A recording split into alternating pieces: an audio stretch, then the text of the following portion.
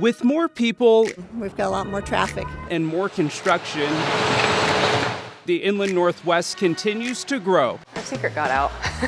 Our pretty little area, they found out about it. And while all that growth can bring some challenges, do you feel like there's more cars on the road in Spokane? Yeah, way too many. It can also bring new opportunities. Welcome to the historic Kehoe Hotel. Take Hillyard, for example. The Spokane neighborhood is working to preserve its history. It used to be a hardware store on this side, and then it was a bar on this side. While also preparing for the future. And that means big changes, like the North-South Freeway. The number one question that I get asked is, when is it going to be done? But we're no strangers to change and growth. It's something we've been witnessing for 30 years in downtown Spokane. Whatever type of store tickled your fancy, River Park Square's probably got it. In this Creme 2 News Boomtown special, we're looking to both the past and the future as we navigate our current growth. So we're growing like crazy. Hello, and thank you for joining us. I'm Tim Pham. Our Creme 2 Boomtown series tracks the latest growth around the inland Northwest. One of the biggest impacts we hear about is traffic. So is it actually getting worse? Our Brandon T. Jones has some answers. Do you feel like there's more cars on the road in Spokane? Yeah, way too many. Yeah, it seems like it stopped for a while during COVID, but it's coming back on for sure. I do not. I think it's still average. So we're growing like crazy. I was born and raised here, and we've got a lot more traffic. In order to find out what exactly Spokane traffic trends look like, I went to 3 sources: WASH.east, the City of Spokane, and Spokane Regional Transportation Council. We'll start first with the freeway. You compare it to 2019, and I'd say on average, we're up between 2 and 7%. Over the last 5 years, WASH.dot officials have identified at least 2 hotspots on I-90. One of them being that area near the Thor-Freya exit along the Spokane and Spokane Valley line. Going from about 130,000 vehicles per day to 136,000 vehicles per day. The bump in total traffic daily volume has gone in both directions, but it's not the largest growth recorded on I-90. Some slightly higher numbers a little bit further west. Sunset Hill was closer to 7%, going from 90 to almost 100,000 vehicles per day. And a lot of that new traffic is associated with growth. Recent data from the U.S. Census shows Airway Heights, Medical Lake, Cheney, these are all areas that have had a lot of growth in the recent years, more development, new businesses, and of course that just continues to bring the population up. So at this point, we know and have confirmed there's been more cars on I-90 in recent years. Does that growth, however, translate to city-operated roads? Well, according to the Spokane Regional Transportation Council, we're not seeing huge changes. It's a little tricky because you've got COVID that occurred just a few years ago, and that really skewed the data. The pandemic resulted in more work-from-home scenarios, so the city roads haven't necessarily seen an increase in traffic over the last 5 years. What we do know, however, is that most data is based on looking at a year back. So we'll have to wait and see if 2024 has brought more traffic. The region's definitely growing and will continue to grow, so that'll increase traffic. And traffic isn't only a big city problem. Creme 2 chief journalist Amanda Rowley shows us how downtown Rathdrum is adapting to keep up with more cars on the road. If you're looking for that small town feel,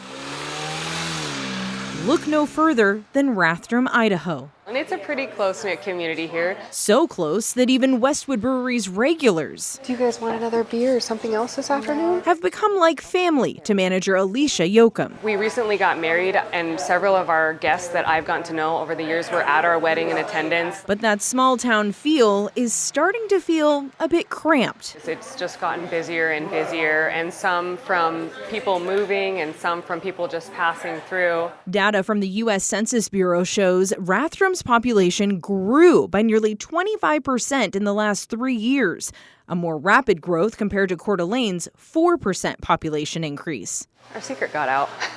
Our pretty little area, they found out about it.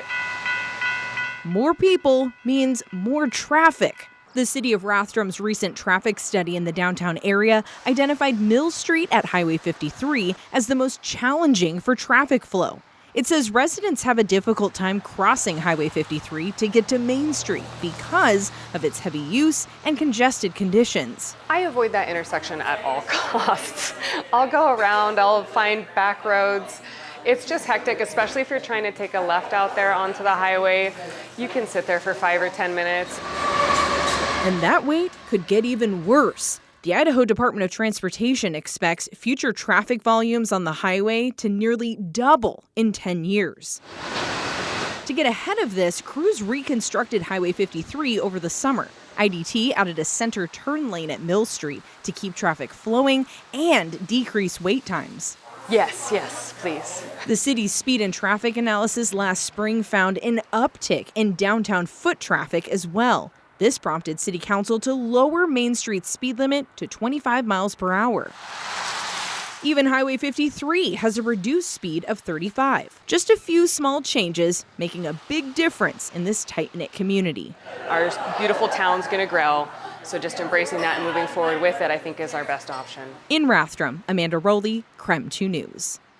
We want to say hello to everyone watching right now on Creme 2+. We invite you to stay up to date on growth in the Inland Northwest with our latest Boomtown series. They are available to watch right now on demand only on Creme 2+. If you don't yet have Creme 2+, you can download it for free on Roku, Fire TV, and Apple TV. It brings another reason to come to Spokane.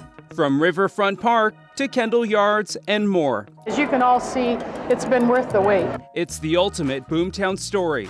We're looking back at 30 years of growth in downtown Spokane, plus The finish line is in sight. I mean, you can just about see I-90 from here. how soon will the North Spokane corridor actually be complete? I get answers from the engineer as this Creme 2 News Boomtown special continues.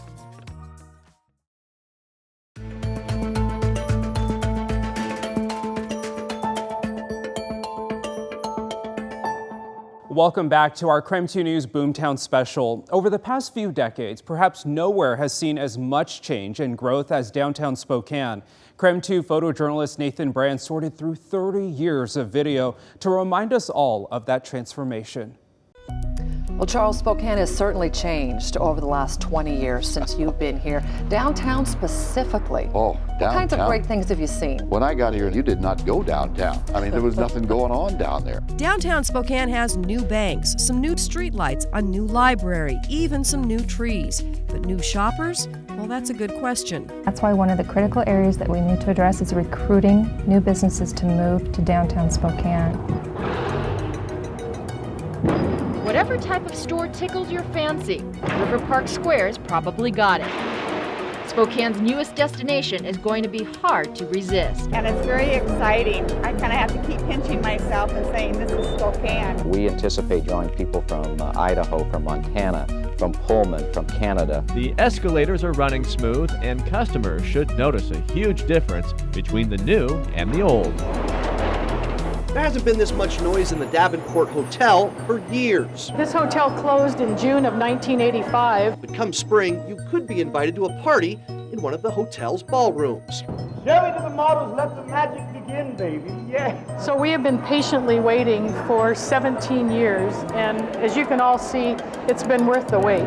The new exhibition hall of the Spokane Convention Center is starting to get its finishing touches. The 100,000 square foot hall can host one huge event or 5 smaller ones simultaneously. Totally soundproof. People don't have a downtown and a venue like this at many places in the country. Call it symphonic salvation.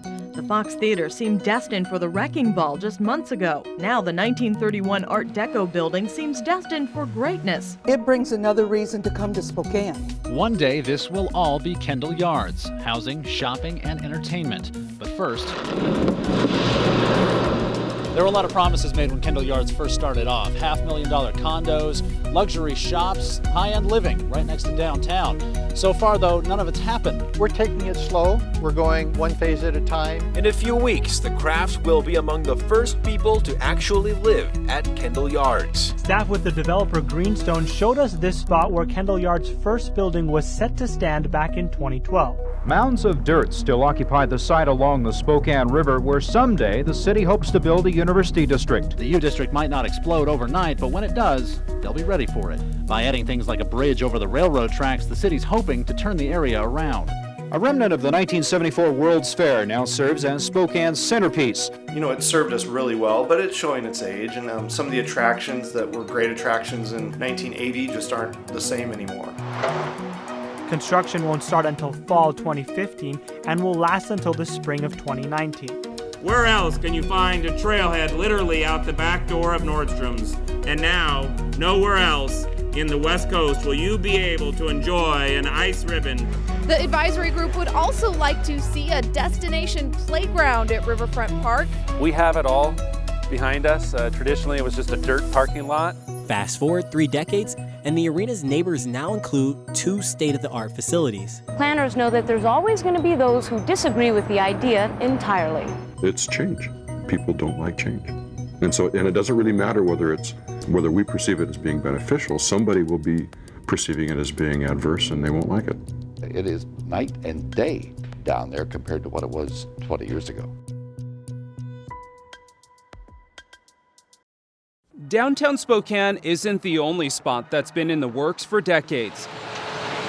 Up next, we check in on progress for the North Spokane corridor. There's a lot of work between knowing where things are going to connect and actually putting together biddable plans that contractors can bid on and then start construction. We'll show you what's next for the mega project. Redo this to Hillyard, redo that. All you got to do is just make it what it is. Plus, it's one of the neighborhoods most impacted by the new freeway. See how Hillyard is embracing its past while looking to the future.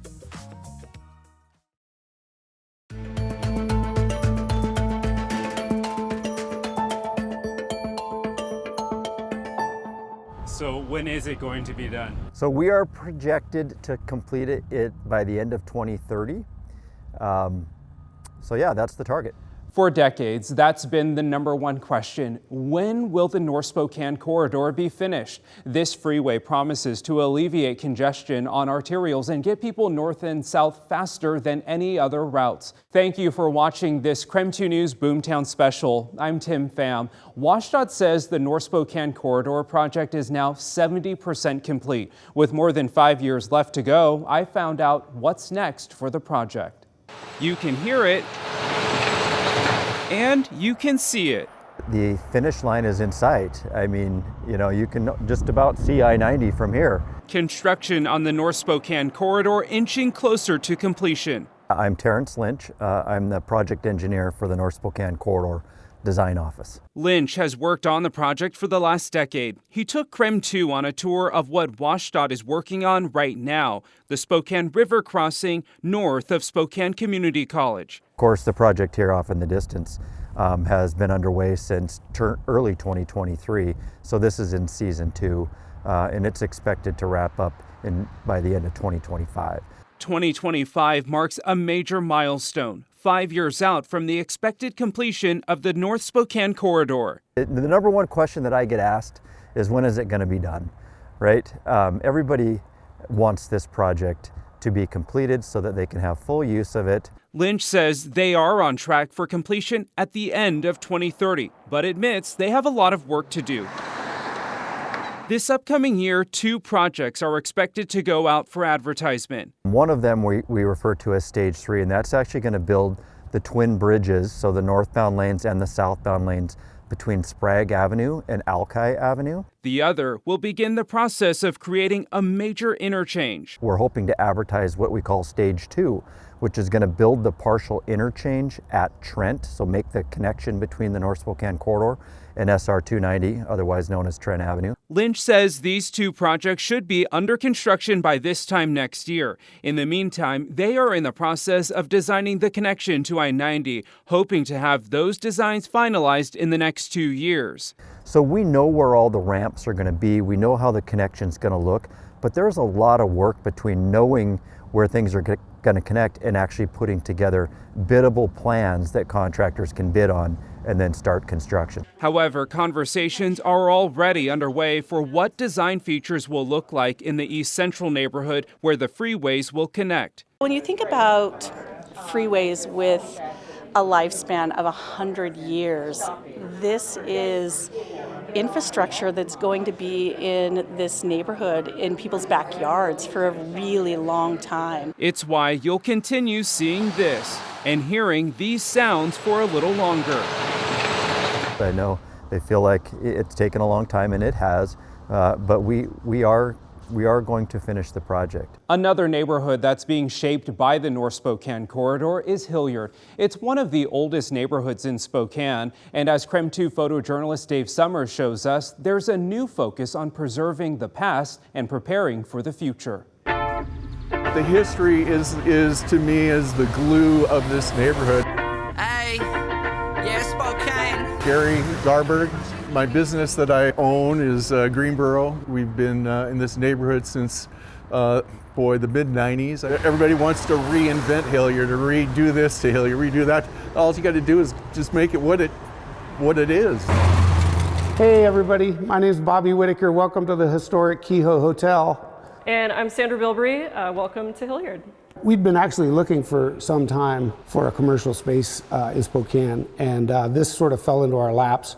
And then once we dug a little deeper and looked into the neighborhood, we fell in love with it. It used to be a hardware store on this side, and then it was a bar on this side called the Hillyard Bar. And then Prohibition hit in approximately 1917, I think, in Washington State. So they shut the bar down, and then the Hillyard hardware store took over the whole space. Initially, we were thinking maybe we'd put a restaurant in here. We actually only put one notice out on Facebook saying we were looking for tenants. At the same time we did that, I reached out to Brenda and Scott, and I was like, you know, they're doing so well. I bet they'd like to expand or be a part of, see if they'd be a part of this. Hi, my name is Scott Willigalli, owner of North Division Bicycle. And I'm Brenda, also the co-owner of North Division Bike. Did you have any intent on opening a second store? No. No intent. Knowing Bobby for as long as we had, and knowing how energetic he is and how very community focused he is with Ferry County and now with Hillyard, it was pretty much a yes right off the bat. I used to work in the music business, and I would be gone for long periods of time. And when I got back, I needed somewhere to dissipate that energy or that manic adrenaline that I would have from a long tour. And so I started giving back to the community, and that would help dissipate my energy. Also give me something to be a part of. I like to be a part of things. Welcome to Hillyard, Governor. Okay, Let's do it.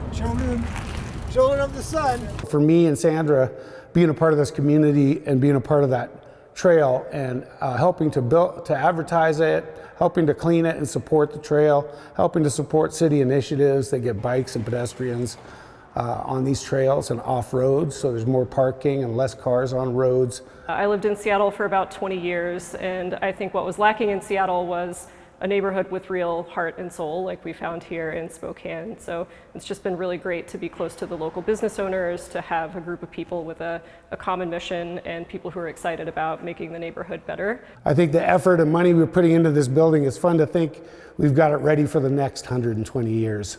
With all our growth in the inland Northwest, not all services have been able to keep up. Childcare should never be taken for granted. Up next, we're taking a closer look at a childcare shortage in North Idaho. We'll answer why dozens of facilities have closed, even as demand remains high.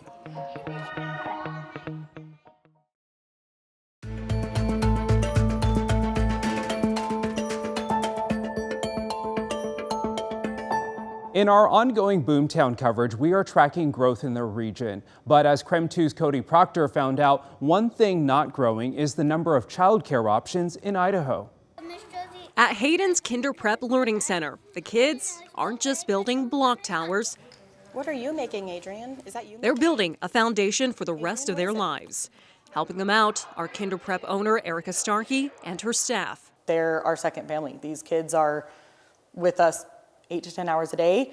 Hours filled with fun, from drawing to reading. It's total hogwash, grunted pig. But while there are plenty of books here for the kids, the same can't be said for the number of childcare facilities across Idaho. Childcare should never be taken for granted. According to the Idaho Department of Health and Welfare, more than 100 childcare facilities, part of their Idaho Child Care Program, or ICCP, closed across the Gem State between 2019 and last year.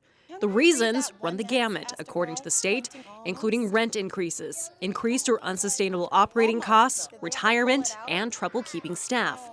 Starkey suspects the pandemic also played a part. Yeah, I would definitely say that COVID took its hit. A few childcare programs didn't make it through, and some said it was easier to just walk away instead of going into debt trying to keep the program open. Meanwhile, North Idaho's growing rapidly, with more people moving in and needing childcare. I would say at least 60% of my clientele isn't from here.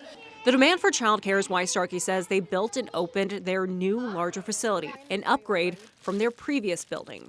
We hear quite often that they've called everybody, they're on a bunch of waiting lists, and it's that domino effect where everybody's looking for the same spots. Over in Post Falls, on this side of the building, we have our 3-4 preschool program and our 4-5 pre-K programs. Shannon Vandiver runs a place for kids.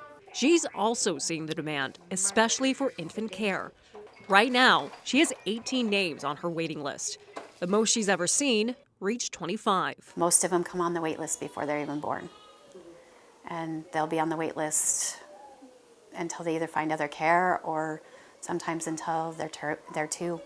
Meanwhile, Starkey's optimistic about one thing. The more people move to North Idaho, the more potential talent comes in. The first step often starts with a mom dropping off their child. And then they see how much fun we're having and what we do here, and all of a sudden they want a little taste, right? They're like, hey, can I come volunteer? So while North Idaho's childcare shortage isn't going anywhere anytime soon, there's still work being done to help these kids build strong foundations for the future. Show your friends how to build the best tower.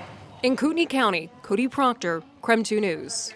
Thank you for joining us for this KREM 2 News Boomtown special. You can keep up to date with all of our Boomtown series on KREM 2 Plus. To find them, navigate to the top menu and click on News, then scroll down to our Boomtown videos. If you don't yet have KREM 2 Plus, you can download it for free on Roku, Fire TV, and Apple TV. I'm Tim Pham. Thanks for watching.